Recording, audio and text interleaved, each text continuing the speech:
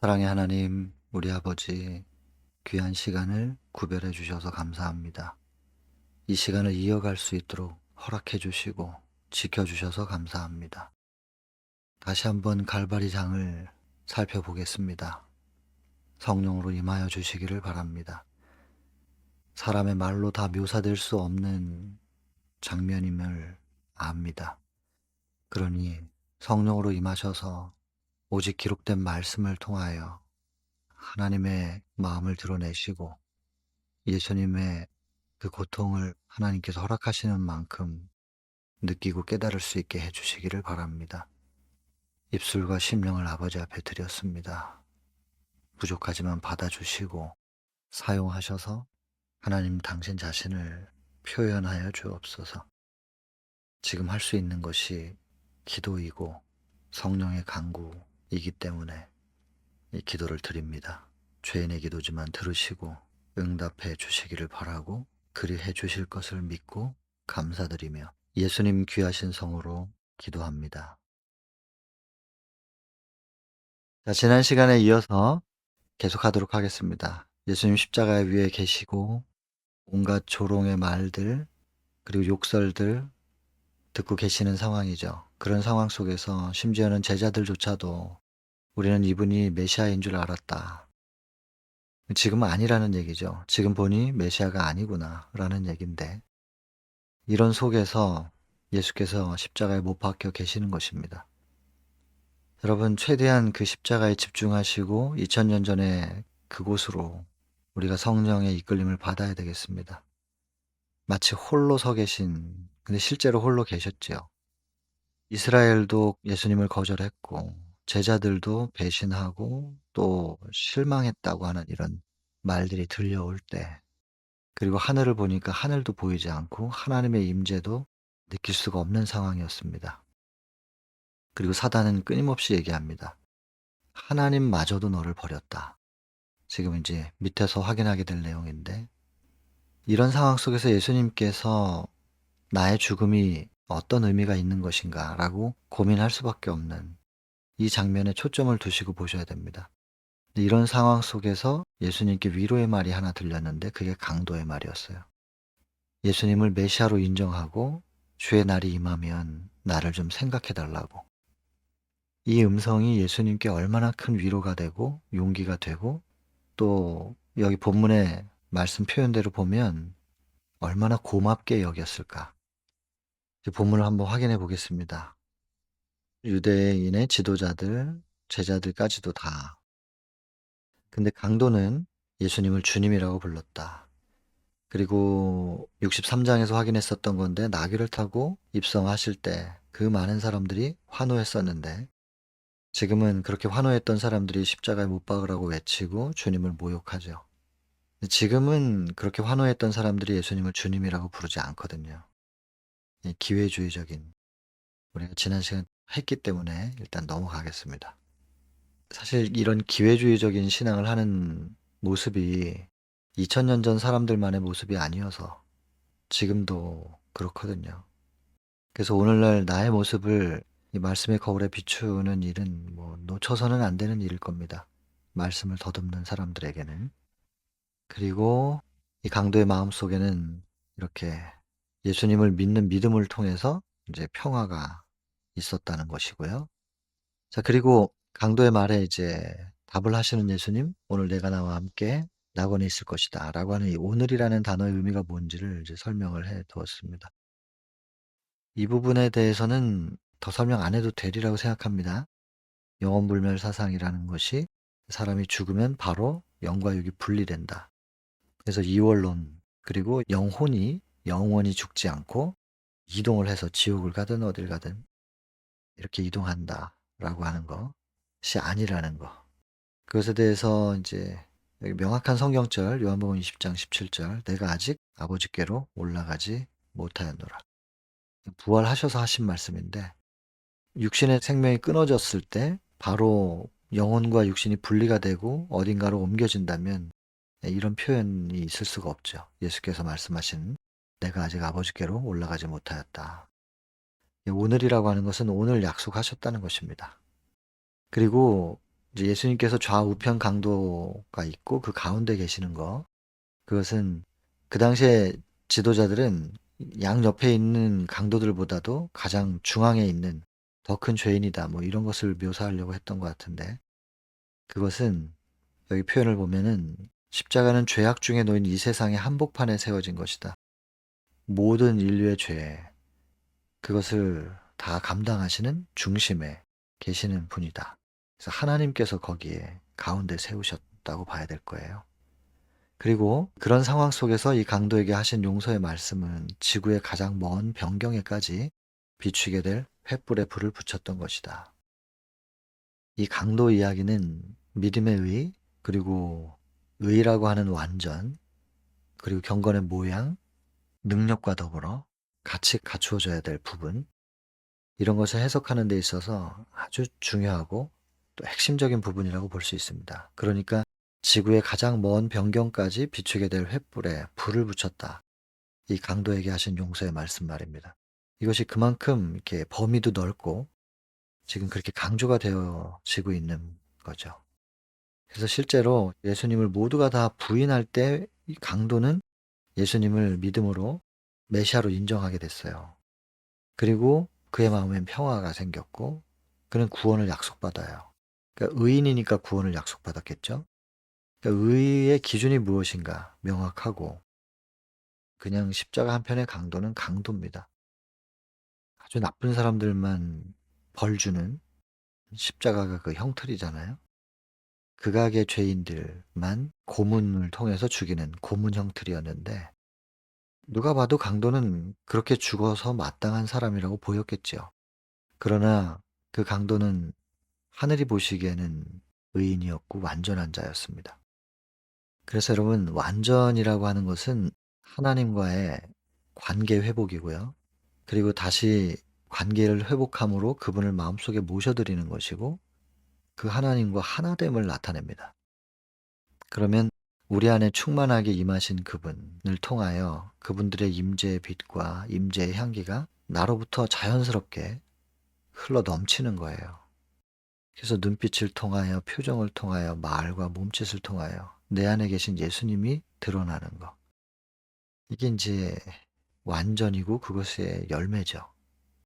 근데 십자가 한편의 이 강도는 그런 모양을 보여줄 수 있는 시간이 주어져 있지 않아요. 그래서 죽었잖아요. 십자가에서 죽었기 때문에 그런 경건의 모양과 열매가 어떻게 맺혀지고 표현되는지에 대해서까지는 시간이 주어져 있지 않았어요. 그러나 이 강도가 거기서 죽지 않고 생명을 연장할 수 있었다면 어떤 모양으로 살았을지도 이제 언급이 되어 있잖아요. 우리는 그런 걸 모릅니다. 판단할 수도 없고. 강도는 거기서 죽었기 때문에. 그러나 분명히 생이 연장됐으면 그런 열매를 맺었을 겁니다. 모양으로도. 예수님처럼 살았을 거예요. 스데반도 그렇게 살다가 마지막 예수님처럼 순교했고, 바울도 그랬습니다. 우리도 그렇게 될 수 있다는 것을 믿는 것이 결코 완전주의는 아닙니다. 그리고 성경과 증언을 통하여 예수님처럼 될 수 있다 했고, 또 예수님이 이 땅에 오셔서 사단의 기만을 폭로하기 위해서 오셨다는데, 사단의 기만은 인간이 하나님의 율법의 계명에 온전히 순종하는 것은 불가능하다라고 사단이 말했다는 거죠. 시대소망 1장에. 근데 예수님이 우리 중 한 사람이 되셔서 그것이 어떻게 가능한지를 증명하시고, 사단의 말이 기만이었다는 거, 그걸 폭로하시기 위하여 오셨다. 역시도 시대소망 1장에 기록되어 있는 내용입니다. 이런 부분들은 그 유튜브에 찾아보시면 남은 자손의 정체성과 사명이라는 제목으로 따로 올려놓고 있는 내용이 있고, 또 앞으로 몇 차례 더 그 주제를 가지고 말씀에 나누실 겁니다. 거기서 확인해 보시면 좀 더 자세히 알 수 있을 거고요. 지금은 이제 진도를 좀 나가야 되니까 넘어가겠습니다. 어쨌든 이 경건의 모양, 보여지는 모양에 대해서, 그 완전의 모양에 대해서, 그리고 그 믿어서 어떻게 구원을 얻는가에 대한 부분에 있어서 굉장히 중요한 여러 가지 의미를 함축해서 가지고 있는 장면이 이 강도가 구원받는 얘기입니다. 그래서 많이 묵상할 필요가 있겠습니다. 그리고 이 모습을 보면서 천사들도 놀랐다. 이것이 이제 시대소망 1장에서도 언급되어 있는데, 예수께서 이 땅에 오신 이유가 인류의 구원만을 위해서 오신 것이 아니라는 거. 타락하지 않은 존재들, 그리고 천사들 모두에게 보여주셔야 될 부분이 있었어요. 그것이 왜 그러냐면 하늘에서 사단이 던진 물음표 때문에 창조주로서의 경배받는 하나님, 그 공격하는 거에 그 경배를 자기도 받고 싶어서, 그래서 하나님의 창조주로서의 창조력은 온전하지 못하다. 그래서 피조물들은 시간의 차이가 있을 뿐이지 그냥 놔두면 결국에는 율법과 조화를 이루지 못하고 분리되고 불의가 나오게 돼 있는 것이다. 그 증거가 1차적으로 나다. 내가 완전하게 창조됐는데 결국엔 불의가 나오지 않았느냐. 아담과 하와 보라. 저렇게 되지 않았느냐. 이유가 뭐냐면 하나님께서 선택의 자유를 주신 그 사랑을 왜곡시켜서 그 이유를 뭐라고 말하냐면 하나님께서 창조주로서 온전하지 않기 때문에 그 창조의 능력이 온전하지 못하니까 그 창조의 능력으로 창조된 이 피조물들이 결국에는 이렇게 되는 거 아니냐. 그래서 하나님의 창조력에 대한 불신을 만들어냅니다. 그리고 피조물에 대한 온전한 하나님의 사랑이 아니라고, 우리가 생각하는 그런 사랑이 아니다, 하나님은. 그래서 그 하나님의 피조물에 대한 사랑도 왜곡시킵니다. 그렇기 때문에 하나님의 창조력이 얼마나 완전한지 피조물과 똑같은 상태가 되셔서 예수께서 입증하셔야 되고, 그리고 십자가를 통하여 피조물에 대한 하나님의 자녀들에 대한 목숨 건 사랑을 보여주십니다. 이 두 가지를 사단이 하늘에서 질문을 던졌기 때문에 이 두 가지를 증명하시는 것, 이것이 예수님이 하셔야 될 중요한 사명 중에 하나인 거죠. 그래서 자꾸자꾸 반복되는 얘기가 뭐냐면 천사들도 놀랐다. 왜냐하면 천사들에게도 증명을 해야 되거든요. 사단의 말이 틀렸다는 것을 증명해야 되기 때문에. 이런 표현들이 나오는 겁니다. 그리고는 이 어머니에 대해서, 육신의 어머니, 여자여 보소서 아들이니이다, 요한에게 부탁하죠. 이 부분에서 이제 시대소망의 저자는 이런 표현을 써요. 오, 인정 많으시고 사랑 많으신 구주.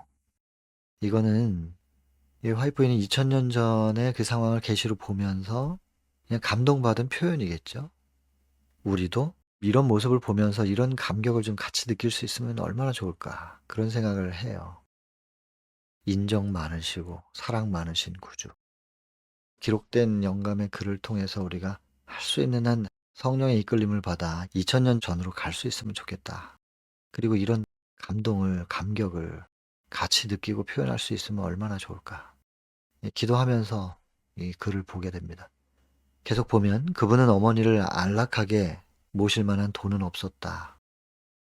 그러나 이제 요한이 예수님을 마음속에 모시고 있었기 때문에 요한에게 이제 부탁을 한 건데, 요한은 말입니다, 이 예수님의 어머니 마리아를 모시면서 받은 축복이 있습니다. 그래서 왜냐면 마리아를 쳐다볼 때마다 요한은 예수님을 떠올릴 테니까 예수님을 생각나게 하는 뭔가가 계속해서, 혹시 뭐 사단이 자꾸 우리 눈앞에다 다른 거를 보이게 하거든요.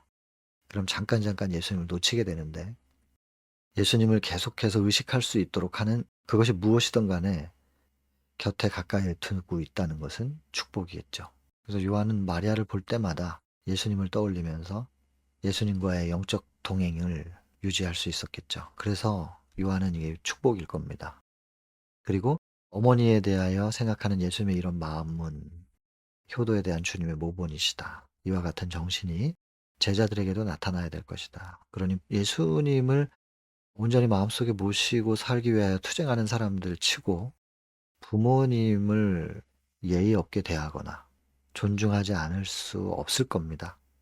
그렇죠? 그래서 효를 행하려고 하는 게 아니라 예수님을 계속해서 생각하고 예수님을 마음속에 모시고 붙잡고 있는 한 뭐 효를 해봐야 제가 뭐 얼마나 하겠는가, 뭐 이런 생각이 들지만, 그러나 할 수 있는 한 부모님께 예를 갖추고 존중하게 되지 않겠느냐. 그걸 놓칠 수 없는 일이죠. 예수님을 바라본다고 하면서. 그래서 결국 모든 것은 예수 바라보기, 그것을 통해서 이루어지는 일이겠죠. 자, 그 다음에 정말 중요한 부분, 지금까지도 중요했지만 이걸 꼭 좀 봐야 됩니다. 여기 보면 예수님을 억누르고 있는 것이 무엇이었던 것인가? 그것은 죽음의 공포도 아니었고 십자가의 고통과 치욕도 아니었다. 그분의 고통은 죄의 유해성을 느끼는 데서 오는 고통. 죄가 어떤 것인가? 죄라는 것은 여러분 무엇인가요? 이 죄라고 하면 머릿속에 살인하는 건가? 간음하는 건가? 거짓말, 도적질 뭐 이런 건가? 행동을 먼저 떠올리는데 그거는 근본적인 죄가 아닙니다. 죄의 열매죠. 죄는 무엇이냐? 죄라고 하는 것은 사망이에요. 죽는 거. 반대는 생명이고 그게 의예요.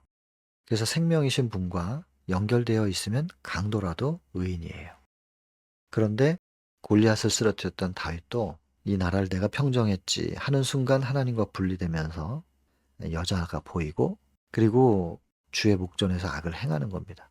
시편 51편의 4절에 내가 주님께만 범죄하고 주께만 오직 주께만 범죄했다. 죄는 주님께 지은 것이고 그 다음 주의 목전에서 악을 행하였나이다. 이렇게 회개하잖아요. 그래서 죄와 악행을 분리시켜 놨다는 거 굉장히 큰 의미가 있습니다. 이 부분에 대해서 이해하시려면은 예수께로 가는 길 회개 챕터 보시면은 그 유튜브에 올려놨습니다. 정로의 계단에서는 3장입니다. 회개 챕터. 그 부분들인데 명확하게 이해가 되실 겁니다. 그래서 죄가 뭔지를 알아야 회개가 제대로 됩니다. 죄를 모르기 때문에 자꾸 다람쥐 쳇바퀴 돌듯이 그렇게 회개가 되는 건데 근본적인 것부터 해결돼야 된다는 거. 근데 지금 여기서 보면 죄의 유해성을 느끼는 데서 오는 고통이다. 생명이신 분, 사랑이신 하나님과 분리되는 것이 죄입니다. 생명과 분리되니까 사망이 되는 거죠. 다시 연결되는 게 회개고 연결되면 다시 생명이 공급되면서 우리가 사망에서 생명으로부터 옮겨지게 되는 죄로부터 의로 옮겨지고 이기에서 이타로 옮겨지고 사랑할 수 있게 되는 사랑이 와야 우리가 사랑으로 충만하게 되어서 넘치고 흘러야 사랑이 되어지는 거지 우리 인간이 사랑을 스스로 할 수는 없습니다. 그래서 죄라고 하는 것은 하나님과의 분리고 하나님과의 분리가 예수님께는 이렇게도 고통스러웠던 겁니다. 근데 우리는 하나님과의 분리가 고통스럽지가 않단 말이에요. 하나님과 연결되는 게 오히려 버겁죠. 하지 말아야 될 게 너무 많고. 자기가 하려고 하니까 그러는 거예요. 하나님과 연결만 되면 그분이 우리 속에 충만하게 될 때 자연스럽게 극복되어지는 이 경험을 해야 되는데 믿음으로 말미암아 영접이죠. 믿음은. 믿고 영접하는 것을 통해서 의가 이루어지는 경험을 해야 되는데 자꾸 내가 해야 되는 이런 그 사단의 함정에 빠져 있기 때문에 하나님과 가까이 가면 갈수록 그것이 버겁고 힘들어요. 물론 사단이 방해를 하니까 우리가 걸어갈 길이 거칠어서 발에 상처도 생길 수 있고 그런 부분들이야 있겠지만 예수님께서 사랑함으로 그것을 기꺼이 하시거든요. 우리도 그 경험을 해야 되는데 사랑으로 순종이 되는 게 아니고 자꾸 벌 받을까 봐 혹은 하늘에 갈지 못할까 봐 크게 손해 볼까 봐 이거를 내가 어떻게 행동으로 해 가지고 하늘에 가거나 혹은 벌 받을까 봐 그 두려움 때문에 행동을 하게 되는 이 사단이 만들어 놓은 이 함정인데 죄의 결과 때문에 고통스러운 게 아니라 죄 자체가 주는 유해성이 무엇인지 이걸 느끼는 데서 오는 고통입니다. 죄 자체는 뭐냐면 죄는 하나님과의 분리. 예수님께는 이것이 가장 고통스러운 어떤 것이죠. 그런데 인간은 여기 보시면은 죄에 너무 익숙해져 있어서 하나님과 분리돼서 살아가는 게 너무 익숙해져 있어서 죄의 흉악성을 알지 못하는 거예요. 인류를 쳐다보면 너무나 안타까워 가지고 그게 또 예수님께 고통이죠. 자녀가 저러다가는 분명히 이게 제대로 살지 못할 텐데라고 하는 길을 가는 거예요. 그걸 쳐다보는 부모님의 마음이 얼마나 안타까워요. 죄가 인간의 마음속에 너무나 깊이 자리 잡고 있다는 거. 죄의 권세를 깨뜨리고 나오려는 사람이 너무나도 적다는 거. 하나님의 도움이 없이는 인간이 멸망할 수밖에 없다는 거. 그리고 도움을 받을 수 있는 위치에 있으면서도 죽어가고 있다는 거. 이 모든 것들이 예수님께 너무나 고통이죠.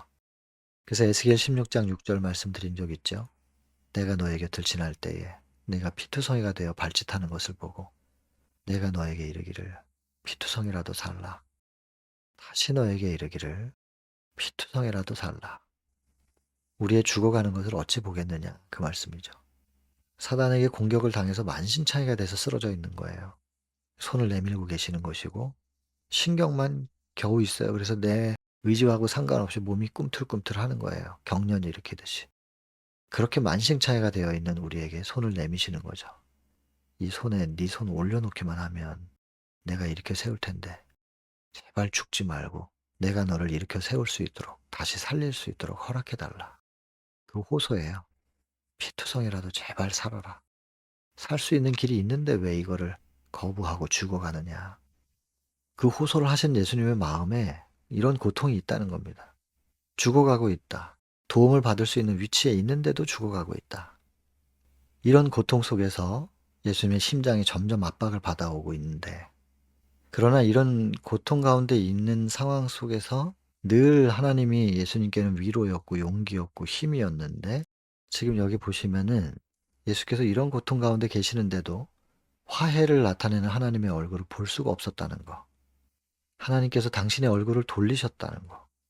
그래서 인간은 결코 완전히 이해할 수 없는 슬픔 가운데 예수님이 빠져요. 하나님께로부터 분리되고 하나님께서 나에게로부터 얼굴을 돌리셨다. 이것이 얼마나 고통스러운 일인지 인간은 결코 완전히 이해할 수가 없대요. 이 표현은 가슴에 너무 깊이 새겨져서 사무쳐요. 저한테는. 인간이 결코 완전히 이해할 수 없는 슬픔. 이 땅에선 우리가 온전히 이거 이해를 못할 거죠. 자꾸 묵상을 해야 될 부분입니다. 이거. 인간이 결코 완전히 이해할 수 없는 슬픔이 그분의 마음을 찔렀다. 심지어는 십자가에 못 박혀 있는 상황인데 육체적인 고통을 거의 느낄 수 없을 만큼 심적 고통이 여기에 있는 겁니다. 여러분, 여기서 우리는 무슨 힌트를 얻을 수 있냐면 이것이 야곱의 환난, 우리가 나중에 겪어야 될 일입니다. 이거. 보시면은 구주께서는 무덤의 문을 꿰뚫어 보실 수 없었다. 무덤에서 나오리라는 희망 말입니다. 부활할 수 있다는 희망이 주어지지 않았다? 그렇지 않죠. 그 전에 부활에 대한 약속의 말씀이 있었어요. 약속의 말씀이 있었고 예수님이 그걸 알고 계셨고 제자들에게도 몇 번을 말씀을 하셨단 말이에요. 근데 십자가에 못 박혀 보니까 여기 보면 무덤의 문을 꿰뚫어 보실 수가 없었고 무덤에서 나오리라는 희망이 지금 없는 것으로 보이는 겁니다. 자기의 희생을 간합하셨다는 말도 그분에게 들려오지 않았다. 여러분, 이게 굉장히 의미심장한 겁니다. 그리고 예수님께서 하나님과 영원히 부활하지 못하면 그냥 죽은 상태로 끝나는 거잖아요. 하나님과 영원히 분리되지는 않을까 두려워하였다. 여러분, 이거는 쇼가 아니에요. 이거 꾸며서 얘기하는 게 아니라고요. 지금 이게 사실이에요. 십자가상의 예수님의 눈에 이 상황이 그대로 묘사된 거예요. 그 예수님의 눈에 보이는 장면을. 그리고 예수님의 심정이 여기 이렇게 적혀 있습니다. 그렇다면 왜 이런 걸 예수님이 겪으셔야 되는가? 이게 창세기 3장에서 뿌리를 찾아야 된다는 말씀 드렸습니다. 선악과를 먹으면 죽는다고 창세기 2장 17절 말씀을 하셨어요. 그런데 뱀이 그걸 먹으면서 죽지 않는 모습을 보여줘요. 죽는다는 말씀이 있었는데 사단은 먹으면서 죽지 않는 모습을 보여줍니다. 말씀을 믿을 것이냐, 보이는 걸 믿을 것이냐. 그리고 죽지 않는 것뿐만 아니라 이거 선악과를 먹음으로 말할 수 없었던 짐승이 말을 할 수 있게 되는 능력이 업그레이드 된 거예요. 근데 너희들 인간들이 이걸 먹으면 어떻게 되겠느냐. 너희가 업그레이드 된다면 하나님처럼 되지 않겠느냐. 너의 눈이 밝아져서 하나님처럼 되는 거다. 그거 얼마나 황홀한 경험일까? 근데 그렇게 너희들이 잘 되는 것을 하나님께서 막으셨다 이 말이에요. 선악과를 먹지 못하게 함으로. 그러니 먹으면 죽는다고 하신 하나님의 말씀에 대해서도 믿음을 깨트려 버리는 거죠. 두 번째는 너희가 이렇게 잘 될 수 있는 길을 막으신 하나님이라면 과연 이런 분이 너희를 사랑하시는 거냐? 하나님의 사랑에 대한 믿음 또한 깨트리는 겁니다. 이 두 가지를 반드시 기억하셔야 됩니다. 복음의 핵심입니다, 이거. 복음이 전달될 때는 하나님의 창조주로서 창조력은 완전했다는 거. 말씀하시면 말씀대로 된다는 거. 말씀엔 죽는다 그랬는데 말씀대로 되지 않아. 창세기 3장 4절. 결코 죽지 않는다. 말씀대로 되지 않는다는 거예요. 말씀에 대한 믿음을 깨트리고 두 번째, 사랑하시는 게 아니다고.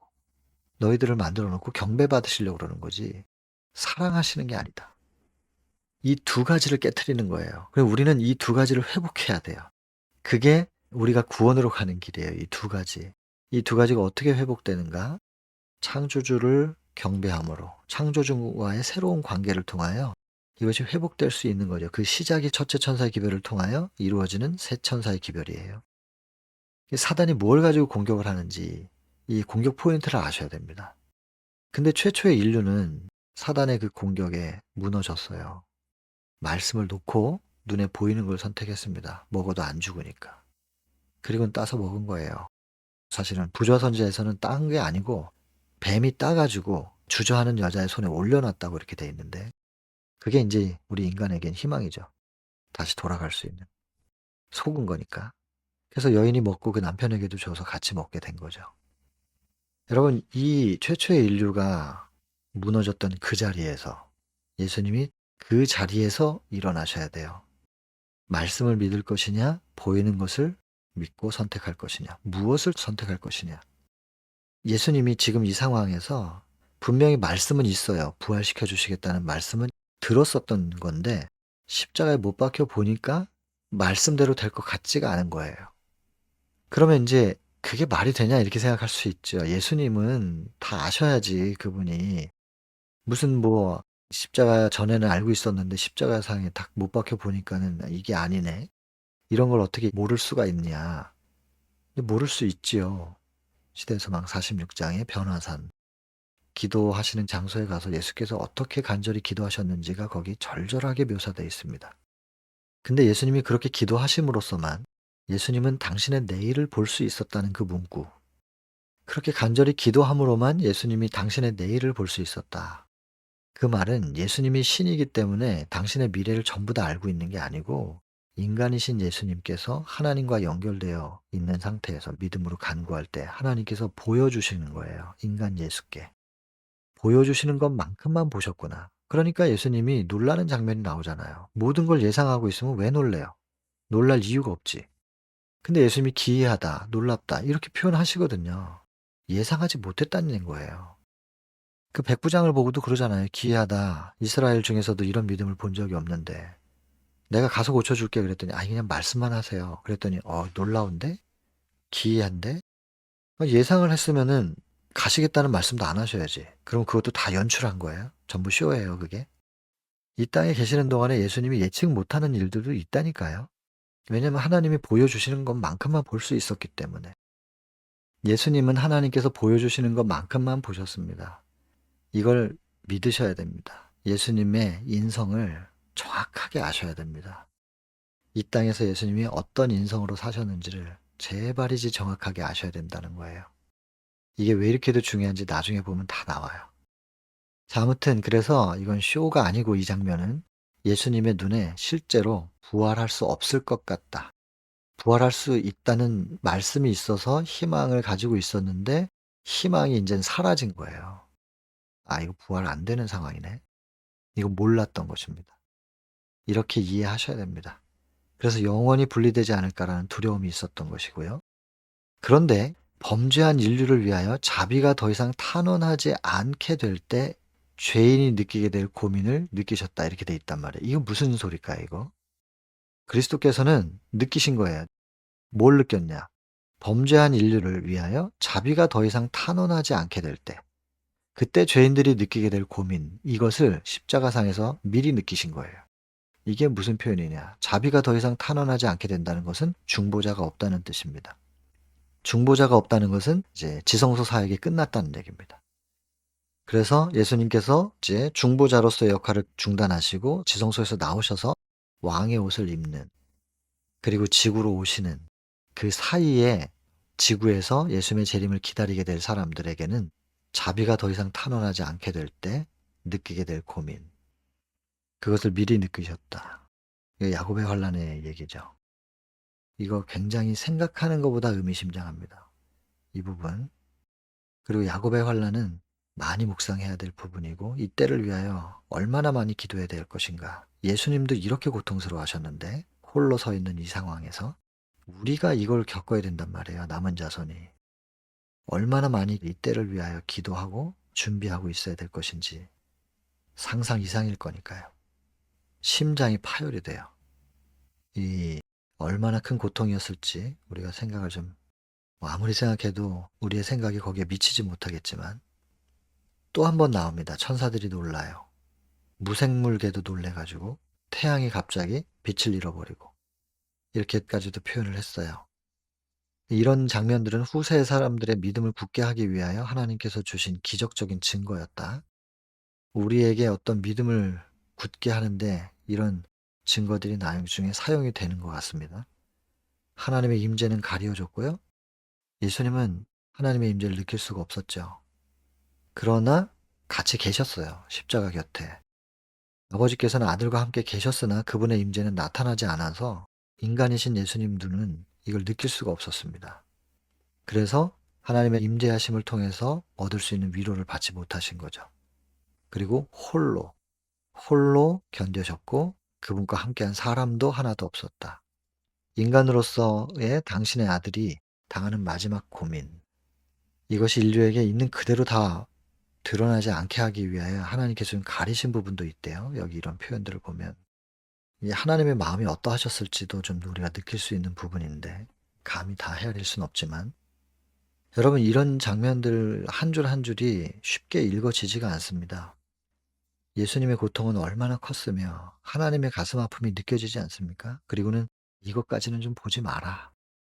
인간들 요만큼만 보고 이렇게 고통스러워하는 것까지는 보지 마라. 그리고 가리시고 이런 이 신들의 모습들 다 헤아려질 수는 없지만은 계속해서 묵상하게 되는 주제가 됩니다. 그리고는 고통 중에 있는 그리스도를 본 모든 사람들은 그분의 신성을 확인했다. 여러분 여기서 이런 표현을 보시면서 거봐 십자가에 못 박히신 예수님은 신이었잖아. 이게 신성이 있다 그랬잖아. 제가 늘 말씀드리지만 한 줄 한 줄에 매이지 마시고 전체적인 걸 보시라 그랬잖아요. 전체 속에 한 줄 한 줄 한 단어가 중요한 거지. 전체를 보지 못하는 상황 속에서 한 줄에 매이기만 하고 그 단어에만 매이면 오해를 해요. 여기 보시면 바로 밑에서 나오잖아요, 설명이.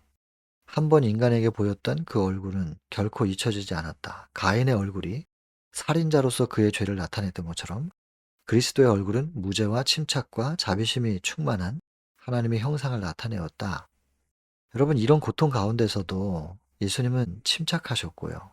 인류의 모든 죄가 뒤집어 씌워져 있는 상태지만 그분의 중심에서는 그분은 죄가 없어요. 죄인 취급을 받으신 거지. 침착하시고 그 다음 자비심이 충만한 하나님의 형상이 그 얼굴에서 나타나는 거죠. 너희들이 나를 배신해? 나를 거절해?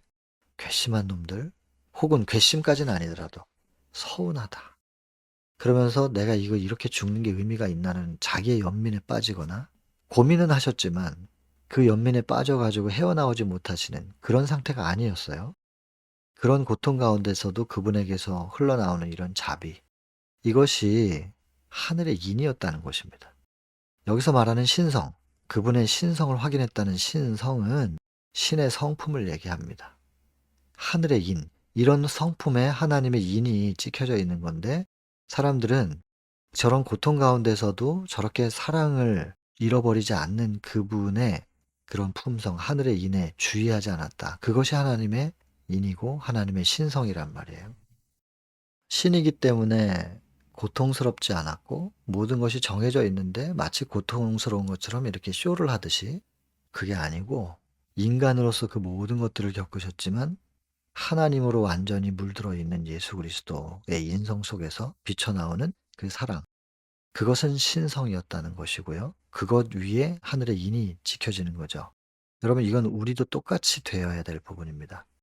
세 천사의 기별 가운데 마지막 천사, 셋째 천사는 짐승의 표를 받는 것이냐 하나님의 인을 받을 것이냐 이것에 대한 이야기입니다. 여러분 우리 모두가 다 하나님의 인을 받아야 됩니다. 하나님의 인은 어디에 지키는가? 하나님으로 물들어 있는 신의 성품에 여기에 하나님의 인이 지키죠. 하나님께서 당신의 자녀들을 찾는데 어떻게 찾냐면 나를 닮은 하나님 당신 자신을 닮은 사람들을 찾아가지고 너는 나를 닮았으니까 내 자식이네 그러면서 하나님의 아들이야 라고 도장 찍어주는 게 하나님의 인이잖아요. 하나님의 인은 능력 위에 찍히는 것도 아니고 업적 위에 찍히는 것도 아니고 하나님을 닮은 모습에 찍힙니다. 근데 하나님의 닮은 모습이 어떻게 이루어지는가? 하나님으로 물들어가는 거죠 뭐. 그분을 얼만큼 마음속에 모셔드리냐의 문제니까. 근데 여기에 아무도 주의하지 않았다. 그리스도께서 하나님의 아들 메시아인지 아닌지를 어떻게 알 수 있느냐? 능력을 통해서도 있겠지만 지금 끝까지 이 상황 속에서는 이 사랑을 잃지 않는 이 모습 속에서 결국엔 우리가 나중에 그리스도인인지 아닌지를 어떻게 알 수 있느냐? 요한복음 13장 34, 35. 내가 새 계명을 줄 테니 너희는 서로 사랑하라. 너희가 서로 사랑하면 모든 사람이 너희가 그리스도의 제자인 것을 알리라. 우리 속에서 사랑이 표현될 때 우리가 그리스도인이라고 하는 것이 증명되는 것이죠. 주장하는 게 아니라 증명이 되어집니다. 우리도 이 하나님의 인을 받아야 되는 것이고 이 자리에 가야 됩니다. 다들. 예수님은 저렇게 하셨지만 우리는 못해. 이러면 끝내 하나님의 인을 못 받아요. 예수님께서 인간으로서 여기까지 가셨기 때문에 우리도 인간으로서 여기까지 가서 인간인 예수님의 안에서 신성이 발산되고 하나님의 인 받은 것이 증명이 됐던 것처럼 우리도 여기까지 가야 된다니까요. 하나님의 인을 받아야 된단 말이에요. 예수님이 그런 인간이 어떻게 그렇게 하나님의 인을 받을 수 있는지를 당신의 삶을 통하여 보여주셨어요. 우리도 그 일을 따라가는 거예요. 따라가는데 자꾸 예수님의 하나님의 인 받은 모양을 따라서 흉내내려고 하니까 문제가 된단 말이에요. 그 인을 받는 그 자리까지 예수님께서 어떤 믿음으로 하나님을 어떻게 영접하여 또 하나님과 어떻게 하나됨으로 걸어가셨는지를 우린 그걸 보고 그걸 따라가야죠. 그렇게 우리가 믿음을 배워가는 거예요. 그 믿음을 배워갈 때 우리 안에서 하나님의 인을 받을 만한 품성의 열매는 내 안에 영접된 그분들이 이루어내실 거라고요. 그건 믿어야 돼요. 미래의 어느 시점인지 모르겠지만 믿고 나아가는 거예요. 그리고 우린 될 수 있다고 믿어야 되는 겁니다. 자꾸 안 된다 그러면서 자꾸 기준을 낮추면 안 되고 그냥 믿음으로 맡겨놓고 우리는 예수님께서 어떻게 믿고 나아가셨는지 우리 그걸 한 발 한 발 따라 나가는 거거든요. 꼭 이 부분을 좀 많이 기억해 주시면 좋겠습니다. 죽음의 정적, 이렇게 이제 천연계의 어떤 모습들이 나타나고 사람들이 두려워 떱니다. 일식은 아니었어요. 그냥 해가 갑자기 사라진 거예요. 그래서 공포심, 땅에 엎드러지고 번개가 번쩍일 때마다 십자가가 잠깐씩 드러나고 두려운 거예요. 근데 이제 시간이 지나서 제9시쯤 되었을 때는 제9시라면 오후 3시입니다. 이 당시의 시간에다가 6을 더하면 되거든요. 그러니까 15시니까 6을 더하면 15시. 지금 시간으로 오후 3시. 어둠이 백성들에게는 이제 거쳐졌어요. 근데 아직 십자가 주변은 캄캄해요. 십자가를 못 보는 거죠. 그것은 그분의 마음을 억누르고 있는 고민과 공포의 상징. 번개불이 비칠 때마다 예수님이 살짝살짝 보이는데 그때 예수께서 외치십니다. 엘리 엘리 라마 사박다니. 나의 하나님, 어찌하여 나를 버리셨나이까. 가장 클라이막스죠. 홀로 계신 예수님. 철저하게 혼자셨다는 거. 십자가상에서 결국에는 눈에 보이는 모든 상황은 완전히 하나님께로부터 버림받았다고 생각할 수밖에 없는 그 상황 속에 빠져있는 예수님. 하나님께서 말씀하신 게 하나도 사실이 아닌 것처럼 먹으면 정령 죽으리라 그랬는데 말씀과는 전혀 다른 상황이 보이는 창세기 3장의 그 모습처럼 예수님께도 부활에 대한 약속의 말씀이 있었는데 현실은 막상 그 상황이 돼 보니까 이건 나를 완전히 버리시는 거였구나. 이게 어떻게 하나님께서 말씀은 그렇게 해놓고 지금 이거 날 버리시는 겁니까? 날 속인 겁니까? 인류의 구원을 위하여 나의 하나님 어찌하여 나를 버리셨나이까. 여러분 이거는 다시 말씀드리지만 쇼를 하고 있는 게 아니라니까요. 진짜로 버림받은 거예요. 그렇게 예수님은 느낄 수밖에 없는 상황이었어요. 눈으로 보는 것은. 근데 중요한 건 뭐냐면 이때 이 순간에 그럼 사단은 뭘 생각했겠어요? 이 순간에 그래 너는 완전히 버림받았어. 모든 인류도 거절하고 배신하고 하나님도 너를 버렸는데 왜 네가 죽어야 되니? 포기해라. 지금이라도 너의 신성을 다시 불러들여. 그리고 십자가에서 내려와. 그리고 당신도 좋고 나도 좋고 서로 삽시다 이거예요. 당신도 다시 신의 자리로 돌아가고 나도 계속 이 상태로 그냥 살면 되지 않냐고. 지구에서만 지구의 대표로서 그냥 계속해서 살아나가는 거죠. 서로 좀 삽시다 이거거든요. 제발 포기하라고. 온 우주가 이걸 지켜보고 있습니다. 이 장면을. 그리고 하나님도 가슴을 졸이며 이 장면을 보고 계시죠. 가까이서. 예수님은 지금 못 느끼시지만. 그럼 이때 예수께서 눈에 보이는 상황을 선택할 것인가? 눈에 보이는 상황을 사실로 그냥 인정하고 다시 신성을 불러들여가지고 십자가에서 내려오실 것이냐? 아니면 눈에 보이는 건 이거지만 정말 버림받은 것 같은 그 상황이지만 그러나 하나님은 말씀하셨다. 부활시켜 주시겠다고. 그 말씀을 선택할 것이냐? 눈에 보이는 상황을 보고 그냥 당신이 십자가에서 내려오기를 선택할 것이냐? 보이는 걸 선택할 것이냐? 말씀을 선택할 것이냐? 마지막 장면입니다. 여기가. 마지막 그 중요한 기로의 장면이에요. 엘리 엘리 라마 사박다니. 이거 너무너무 중요합니다. 이거. 예수께서 왜 이 말씀을 하셨을까? 나의 하나님, 나의 하나님, 어찌하여 나를 버리셨나이까? 이게 신이 다 알면서 이게 무슨 소린가? 인간 예수, 인간 예수였다는 거. 그리고 그분이 이렇게 외칠 수밖에 없는 상황이었다는 거. 이게 예수님의 현실이었다는 거. 그리고 이런 현실 속에서 말씀을 선택하는 그 선택의 기로에 서는 경험은 모세도 못 해본 거예요. 에녹도 못 해보고 아브라함도 못 해봤고 다니엘도 못 해봤고 이런 경험은 못 해본 거예요. 구약의 믿음의 선조들은 이 경험을 못 해봤단 말이에요. 여러분, 예수님께서 인간으로서 끝까지 어떠한 상황에서든지 간에 하나님과의 관계를 놓지 않는 믿음의 관계를 인간으로서 여기까지 될 수 있다. 완전한 하나님의 창조의 능력으로 만들어진 피조물이 여기까지 하나님과의 관계를 붙잡고 놓지 않을 수 있는, 여기까지 갈 수 있다는 거. 하나님과 완전히 조화될 수 있다는 거. 예수님 보여주신 거예요. 사단이 참소를 못해요. 이런 상황에서도 놓지 않으면 마치 욥기하고 똑같은 거예요. 친구들이 그렇게 이제 약 올리고 가잖아요.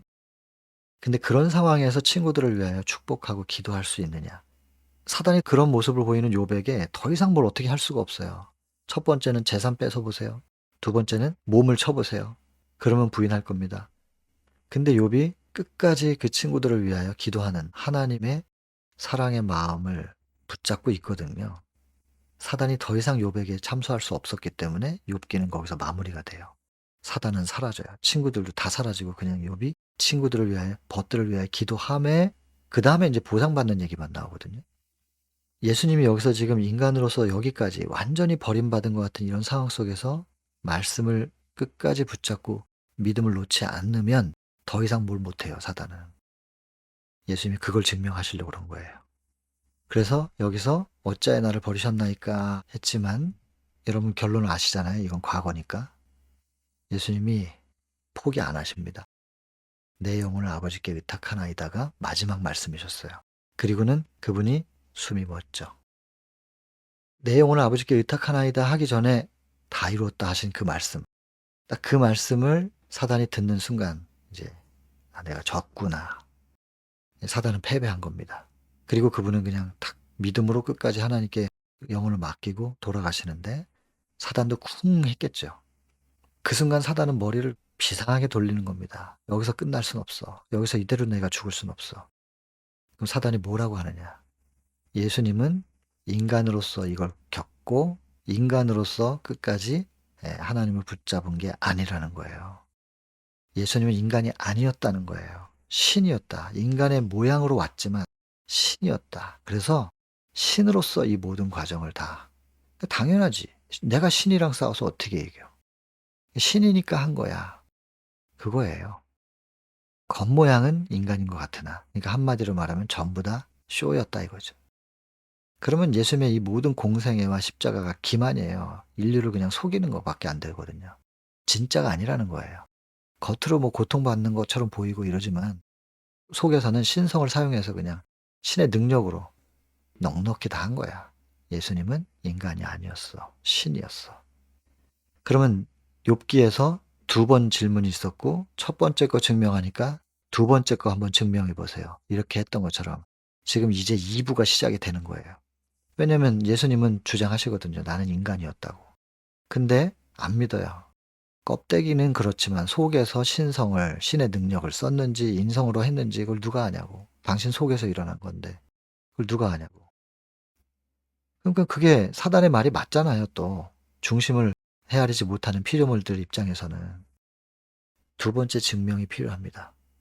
그러면 예수님과 똑같은 상황 속에서 끝까지 어찌하여 나를 버리시는 겁니까? 라고 하는 그런 상황 속에서도 하나님을 놓지 않는 그 인류가 있을 수 있다는 것을 인간이지만 그것이 된다는 것을 증명해야 될 2부가 시작이 되는 거예요. 이게 아니었으면 십자가에서 다 이루었는데 왜 계속해서 지금 2000년을 더 살아요. 그냥 대정투 끝나고 그때로부터 예수님께서 다 이루셨기 때문에 사단 제압해버리고 끝내버리면 될 일인데 왜 지금까지 이게 유지가 또 되냔 말이에요. 증명해야 될 게 남았기 때문에 그래요. 여러분 그 부분을 이해하셔야 됩니다.